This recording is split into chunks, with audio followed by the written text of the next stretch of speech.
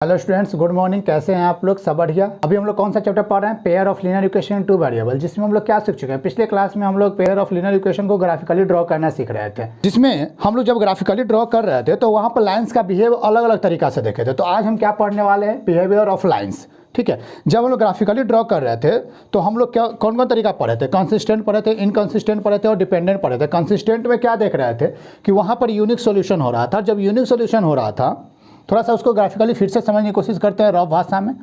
ठीक है, ये हमारा एक्स एक्सिस और ये हमारा वाई एक्सिस। जब हम लोग कंसिस्टेंट सिस्टम पढ़ रहे थे तो क्या सीख रहे थे? ठीक है, कि वहाँ पर यूनिक सोल्यूशन होता है, यानी जो दो वो लाइन होगा, ठीक है, वह क्या होगा? एक बार टकराएगा। अगर एक बार टकराएगा तो उसका कौन सा सोल्यूशन हो जाएगा? Unique solution. यानी यहाँ पर जो आएगा एक्स कॉमा वाई, तो यही हमारा सोल्यूशन हो जाएगा। यानी कौन सा सोल्यूशन है? यूनिक सोल्यूशन है। ठीक है, लेकिन जैसे ही हम लोग कंसिस्टेंट के बाद इनकंसिस्टेंट में जा रहे थे तो ये एक्स एक्सिस और वाई एक्सिस। इनकंसिस्टेंट में क्या हो रहा था? No solution. नो सोल्यूशन कहने का मतलब है कि कोई सोल्यूशन ही नहीं होगा। अगर कोई सोल्यूशन नहीं होगा तो इसका मतलब क्या था कि दोनों लाइन आपस में कभी टकराएगा ही नहीं, यानी दोनों लाइन हमेशा क्या रह जाएगा? पैरेलल रह जाएगा। ठीक है, अगर पैरेलल होगा तो कौन सा सोल्यूशन हो जाएगा?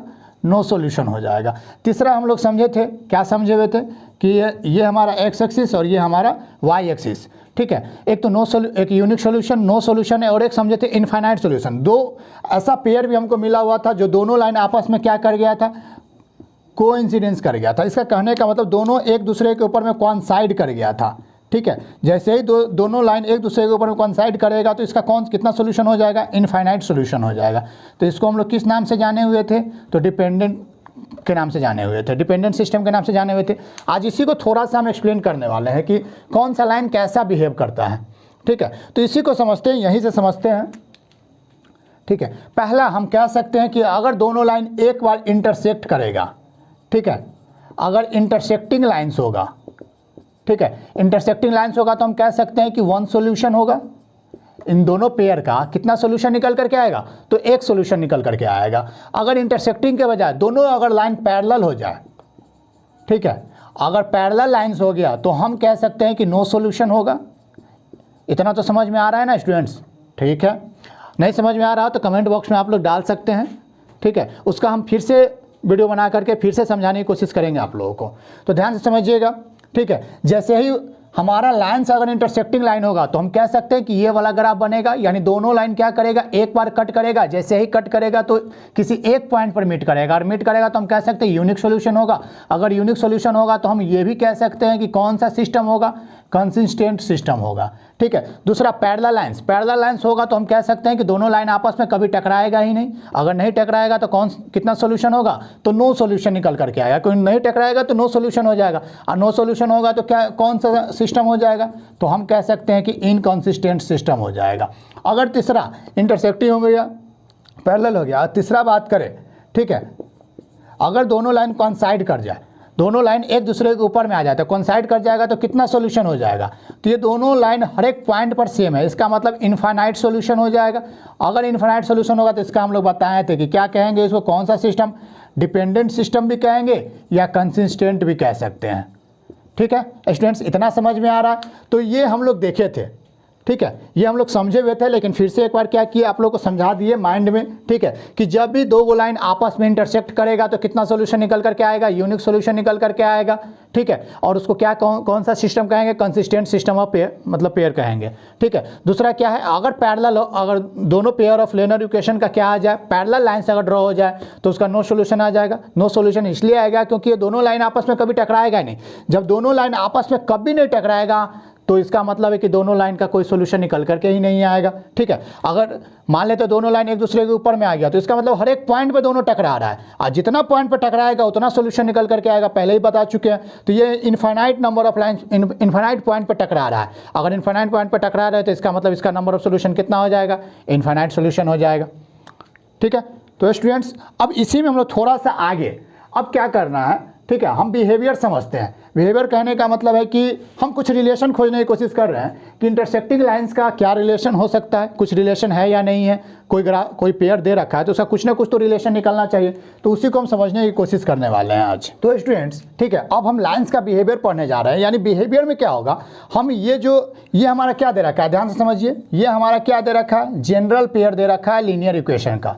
ठीक है। जो हमारा जनरल पेयर क्या होता है, a1 x plus b1y equal to c1, और दूसरा क्या होता है a2 x plus b2y equal to c2। हम इन दोनों के बीच में रिलेशन पढ़ने वाले हैं कि अगर हमारा लाइन इंटरसेक्टिंग होगा तो क्या रिलेशन निकल करके आएगा, अगर हमारा लाइन इंटरसेक्टिंग नहीं होगा मतलब पैरेलल होगा तो क्या रिलेशन होगा, या अगर हमारा लाइन से अगर मतलब इनफाइनाइट सॉल्यूशन दे रहा है तो उसका क्या रिलेशन होगा। इन तीनों चीज़ों के बारे में हम क्या करने वाले हैं, इस रिलेशन में पढ़ने वाले हैं, ठीक है। तो हमारे सामने एक एग्जांपल है, ठीक है, जो इसको समझते हैं पहले कि ये पहले कैसा बिहेव करेगा, मतलब इसका लाइन्स कैसा होगा, ठीक है। तो x minus 3y equal to 0, 3x plus 5y equal to 26। अगर आप इसको ड्रॉ कीजिएगा तो पहले वही चीज़, पहला इक्वेशन का क्या कीजिए, ग्राफ ड्रॉ कीजिए दोनों का। तो ग्राफ ड्रॉ कीजिएगा तो पहले हमको दो पॉइंट चाहिए लाइन ड्रॉ करने के लिए, ये x और y, ठीक है। जैसे ही मान लेते हैं कि अगर x इक्वल टू 1, थोड़ा सा x इक्वल टू 0 तो y इक्वल टू 0, ये तो समझ में आ रहा है स्टूडेंट्स। अगर x इक्वल टू 0 होगा तो y इक्वल टू भी कितना हो जाएगा 0, क्योंकि माइनस 3y इक्वल टू 0 तो y इक्वल टू 0। अगर मान लेते हैं कि x इक्वल टू 3 हो जाए, ठीक है, x इक्वल टू 3 हो जाए तो इसका मतलब 3 इक्वल टू 3y, तो y इक्वल टू कितना हो गया 1 हो जाएगा, ठीक है। इतना तो समझ में आया। और दूसरा इक्वेशन में चलते हैं, दूसरा इक्वेशन में चलेंगे तो अगर x axis y axis, x equal to 2 मानेंगे तो ये कितना हो जाएगा 3 2 जा 6, 6 20 में से गया तो 20, 26 में से 6 गया तो 20, अब ये कितना हो जाएगा 4। अगर x इक्वल टू 3 मान लें, ठीक है, तो 3 मानेंगे तो थोड़ा सा लेंदी फ्रैक्शन में चला जाएगा।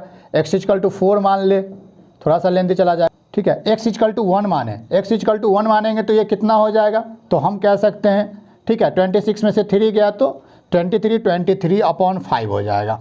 तो हमारे पास देखिए ये दोनों इक्वेशन का क्या निकाल चुके हैं, दो पॉइंट निकाल चुके हैं। इसका ग्राफिकली ड्रॉ करते हैं कि कौन सा सिस्टम निकल करके आ रहा है पहले, ठीक है। तो हम देख रहे हैं कि ये x एक्सिस और ये y एक्सिस, ये ऑरिजिन हो गया जो कि 0,0 है, ये 1, ये 2, ये 3, ये 4, ये 5, ये 6, ये 7, सेम पॉइंट पे सेम डिस्टेंस पे लेना है स्टूडेंट्स, ठीक है। 1 2 3 4 5 6 7 8 9 10। ग्राफ कॉपी रहता तो ज़्यादा बेहतर समझ में आता, ग्राफ कॉपी नहीं है फिर भी हम आपको समझाने की कोशिश कर रहे हैं। अगर पहले वाला लाइन का अगर हम ध्यान से देखें तो 0,0 ये वाला पॉइंट होगा 0,0, दूसरा हो जाएगा 3,1, x एक्सिस पे 3 होना चाहिए, y इक्वल टू 1 होना चाहिए। तो ये दोनों लाइन आपस में कहाँ इंटरसेक्ट करेगा, तो ये वाला पॉइंट पे। तो इसका मतलब एक पॉइंट ये हो गया, एक पॉइंट ये हो गया, यानी दोनों पॉइंट को मिला दीजिए, तो ये मिलाइएगा तो ये वाला लाइन ये वाला बन जाएगा, ठीक है, ये वाला लाइन बन गया। दूसरा कौन सा लाइन है 2,4, 2,4 कहाँ हो जाएगा, x पे 2 है y पे 4 है, यानी ये वाला, ठीक है। दूसरा कितना है, x इक्वल टू 1 है जो कि ये रहा, y इक्वल टू कितना है 23/5। अगर इसको ध्यान से देखिए तो लगभग कितना है 4.6, यानी 4.5 से ज़्यादा, लगभग मान लेते हैं यहाँ पे आएगा। और ये x इक्वल टू 1 कहाँ पे मिलेगा दोनों, तो लगभग यहाँ पे, ठीक है। तो इसका भी 2 पॉइंट निकल चुका है, दोनों पॉइंट को क्या कीजिए मिला दीजिए। इसको जैसे ही इस प्रकार से मिलाइएगा तो हम देख रहे हैं कि ये दोनों लाइन आपस में कितना बार टकरा रहा है, सिर्फ 1 टाइम टकरा रहा है। तो कितना सॉल्यूशन होगा स्टूडेंट्स, 1 सॉल्यूशन निकल करके आएगा। तो यानी हम कौन सा लाइन है, ये इंटरसेक्टिंग लाइन्स है। अब हम समझने वाले हैं बेसिकली हम लाइन्स का बिहेवियर पढ़ रहे थे, ठीक है। तो बिहेवियर में क्या पढ़ने वाले हैं कि ये जो हमारा कोफिशिएंट है x का चाहे y का चाहे कांस्टेंट का, ठीक है, उसका बिहेवियर कैसा होगा, उसका रेशियो निकालने पर ये इंटरसेक्टिंग लाइंस का रेशियो कैसा आएगा उसको समझने वाले थे। तो अब समझते हम जान रहे हैं कि अगर ये हमारा इक्वेशन था, इन दोनों इक्वेशन का लाइंस अगर इंटरसेक्टिंग आया तो इस हम इक्वेशन से समझने की कोशिश करते हैं। अगर आप x कोफिशिएंट का रेशियो निकालिएगा तो कितना आएगा 1/3 आएगा, y का कोफिशिएंट का रेशियो निकालिएगा तो कितना आएगा -3/5 आएगा, और कांस्टेंट का रेशियो निकालिएगा तो 0/26 यानी 0 के बराबर हो जाएगा। अगर आप ध्यान से देखिएगा तो यहाँ पर ना हमारा x1/x2 यानी कहने का मतलब x का कोफिशिएंट a1/a2, ना हमारा b1/b2 इक्वल हो रहा है, ठीक है, ना ही हमारा कांस्टेंट का रेशियो इक्वल हो रहा है। तो हम कह सकते हैं यहाँ से अगर समझने की कोशिश करें तो ये लिखा हुआ है a1/a2, ये लिखा हुआ है b1/b2 और ये लिखा हुआ है c1/c2, ठीक है। जहाँ पर हम कह सकते हैं कि ये ना तो ये इक्वल है, ना ही ये इक्वल है, ना ही ये सब इक्वल है, तो ये तीनों में से कोई भी आपस में इक्वल नहीं होगा। हम लोग इनडायरेक्टली यहाँ पर बोल सकते हैं, ठीक है, कि a1/a2 is not equal to b1/b2 अगर दिया रहे तो ये लाइन हमारा कैसा ड्रॉ होगा, तो इंटरसेक्टिंग लाइन्स ड्रॉ होगा स्टूडेंट्स, ठीक है। तो क्या क्या समझे, एक बार और से पूरा रिवीजन कर लेते हैं, ठीक है। जब हमारा कोई भी जनरल पेयर दे रखा था, उस जनरल पेयर हम क्या करने की कोशिश किए, पूरा के पूरा कांस्टेंट या कोफिशिएंट का रेशियो निकालने की कोशिश किए, जिसके थ्रू हम ये समझने की कोशिश कर रहे थे कि जो लाइन्स हमारा इससे ड्रॉ होगा वो लाइन कैसा ड्रॉ होगा, इंटरसेक्टिंग लाइन्स ड्रॉ होगा या पैरेलल लाइन्स ड्रॉ होगा या हमारा कोइंसिडेंस हो जाएगा, ठीक है। यानी पूरा के पूरा लाइन ही हमारा क्या हो जाएगा, एक दूसरे के ऊपर में आ जाएगा, यानी वन सोल्यूशन होगा या नो सोल्यूशन होगा या इन्फाइनेटली सोल्यूशन होगा। तो जैसे ही हम एक एग्जांपल लिए, तो एक एग्जांपल से हम समझने की कोशिश किए, तो हम समझे कि ये लाइंस कैसा ड्रॉ हो रहा है, इंटरसेक्टिंग लाइंस ड्रॉ हो रहा है। अगर इंटरसेक्टिंग लाइंस ड्रॉ हो रहा है तो उसका कितना सोल्यूशन निकल करके आएगा, एक सोल्यूशन निकल करके आएगा। अगर एक सोल्यूशन निकलेगा तो इसका मतलब है कि उसका रेशियो कैसा निकल करके आया है, A1/A2 is not equal to B1/B2।